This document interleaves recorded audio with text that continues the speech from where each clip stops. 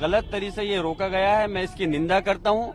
हमारी मांग है, अगर जनता के साथ अगर अत्याचार होगा, जुल्म होगा, ज्यादती होगी, हत्या होगी, तो उसका उजागर कौन करेगा, उनकी मदद कौन करेगा? अगर पुलिस प्रशासन और शासन उनके खिलाफ खड़ा होगा तो विपक्ष की जिम्मेदारी बनती है कि हम लोग आकर करके उनकी मदद करें। हमारा मकसद ये था कि हम जाके उनके दुख दर्द के अंदर शरीक हो सकें और जिस प्रकार घटना को अंजाम दिया गया है उस पर सारी उसकी रिपोर्ट लेकर के माननीय अध्यक्ष अखिलेश यादव जी को सौंप सके। लेकिन हमें बड़ा अफसोस है कि इस टाइप की सरकार अब पुलिस प्रशासन की करतूतों पर पर्दा डालने के लिए इस टाइप की ये इलीगल काम कर रही है। यहाँ पुलिस प्रशासन ने आपसे क्या कहा, मतलब रोकते हुए?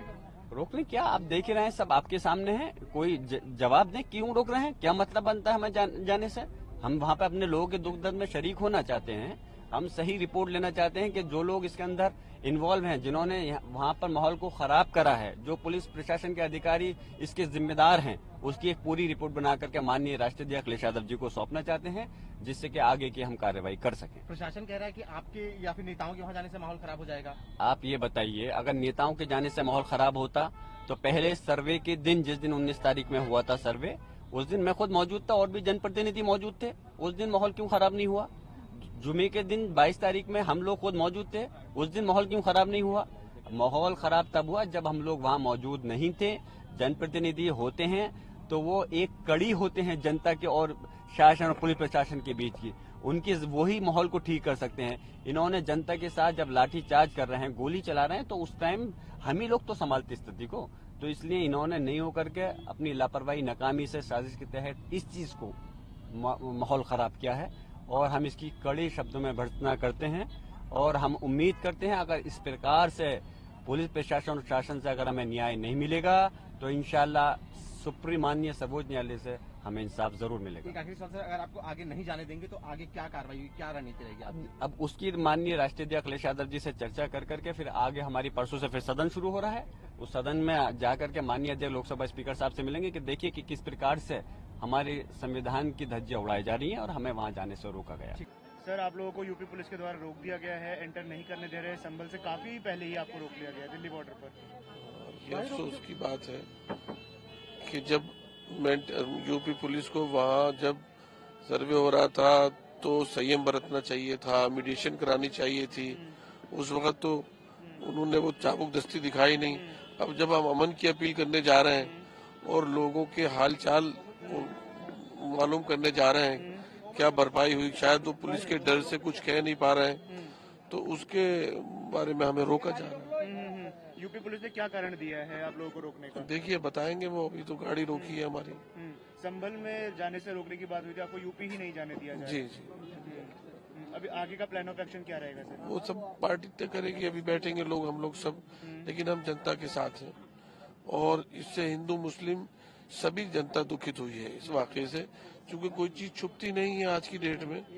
लेकिन जो जुल्म हुआ है, जो ज्यादती हुई है, जो बर्बरता हुई है, उसके खिलाफ जनता में गुस्सा भी है, क्रोश भी है और वो ये नहीं चाहते कि इस तरह की चीजें हों। अभी आपके सामने ही तो रोक रहे हैं। हाँ जी, क्या कहा जा रहा है पुलिस प्रशासन? ये कह रहे साहब आप रुको, हमारे अधिकारी आपसे बात करना चाहते हैं।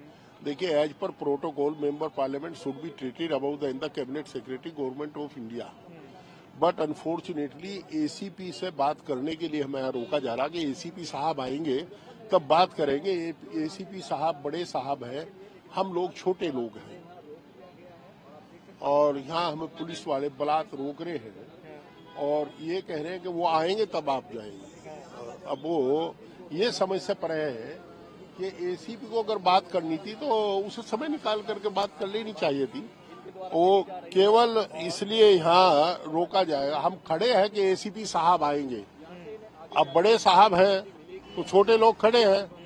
से हुआ है जाने के नहीं, अभी वो एक सज्जन आए थे, बात किए हैं, कह रहे साहब मैं अभी कुछ बात, हमने कहा आप बताओ, ये गाड़ी हटाओ हमारे सामने से। क्यों गाड़ी हमारे यहाँ लगा दी है? सर निकल रहे हैं फिर? हाँ निकल रहे, निकलेंगे, जाएंगे।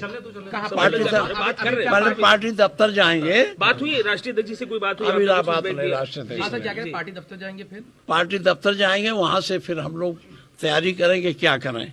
तो जाने देंगे तब ना, जाने देखिए, ये न जाने देना ये गैर कानूनी काम है।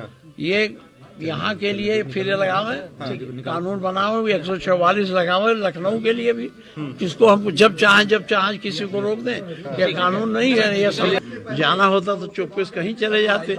हमें तो फिर हमने प्रोग्राम भेजा। अब प्रोग्राम भेजा तो इधर से नहीं, रात को हमको होम सिक्योरिटी ने, संजय प्रसाद ने कहा कि साहब वहाँ आप न जाइए, वहाँ अभी स्थिति बदल सकती है।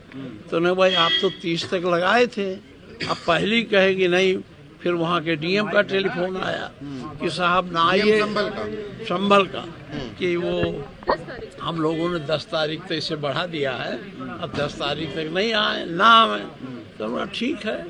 फिर रात को जब होम सिक्योरिटी टेलीफोन आया तो हमने कहा सवेरे हम पार्टी दफ्तर में जाएंगे और आप सबकी बात रखेंगे। हमारे जो लोग जाने वाले हैं वो इकट्ठा हो जाए, जो तय होगा आपको बता देंगे। तो अभी क्या तय हुआ? अभी आप पार्टी दफ्तर जाएंगे? हाँ, पार्टी दफ्तर जाना चाहते हैं। डिप्टी सीएम केशव प्रसाद मौर्य कह रहे हैं आप लोगों को भड़काना चाहते हैं वहां पर पहुंच के।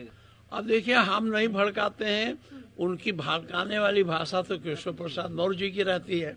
और अगर वहाँ प्रेस जा सकता है, प्रेस के लोग जा सकते हैं, वो बात जो प्रेस बताती है वहाँ, वो बात अगर हम कहते हैं तो कैसे लोग भड़क जाएंगे। तो घर छावनी में आप लोगों ने अखिलेश यादव को बताया कि आप लोग तब भी जाएंगे अगर जैसे मान लीजिए पार्टी मित्र। देखिए, इनका तरीका ये है, इनको एक नोटिस देनी चाहिए हमको कि आप नहीं जाएंगे। तो इन्होंने न तो कोई नोटिस दिया, केवल पुलिस लगा दिया।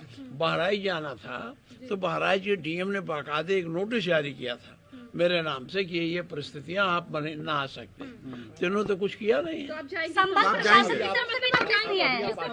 अभी आप जा रहे पार्टी कार्यालय जाएंगे? हाँ, पार्टी कार्यालय जाएंगे, वहीं हम लोग आपस में बात करेंगे क्या हमको करना चाहिए। सर, उसके बाद बाकी लोग कहाँ पर मिलेंगे? अगर बाकी लोग नहीं, बाकी लोग जो है ये तय था कि लोग आएंगे, वो संभल के पास मिलेंगे।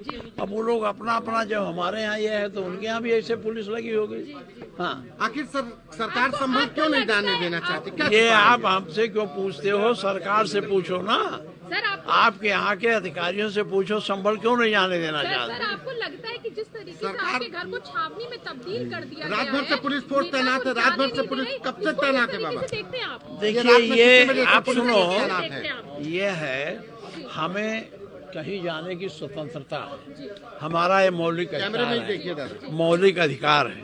लेकिन दुर्भाग्य ये सरकार संविधान पर विश्वास नहीं करती, इस नाते सारे मौलिक अधिकारों को भी उसको भी पालन करने नहीं देना चाहती। और मैं नहीं समझता क्यों पुलिस लगी। अभी तो पुलिस के लोगों से मेरी बात हुई नहीं, क्यों पुलिस लगी है, क्या लगाया है। और हम तो बहुत ही पुलिस देखे हैं, इमरजेंसी में भी देखा। बतौर नेता प्रतिपक्ष आपको रोका गया है? आपको क्या लग रहा है कि छुपाया? बतौर नेता प्रतिपक्ष आपको क्या? देखिए, ये है, मुझे इसलिए नहीं जाने देना चाहते होंगे कि इन्होंने तमाम प्रकार के गलत काम किए हैं। वहाँ गोली चली है, लोग मरे हैं, और वो मैं केवल उन घरों में वहाँ जाना चाहता था जिनके घरों के बच्चे मरे हैं, उनके परिवार से मिलता, उन लोगों को संवेदना व्यक्त करता और उनकी सही हकीकत जानता। क्योंकि ये तमाम भ्रम पैदा कर रहे हैं, ये पैदा कर रहे हैं कि हम जो है ये अपने आपस में लड़के मरे हैं। कहीं कोई कुछ कहता तो सत्यता का पता लग जाता कि हकीकत क्या है।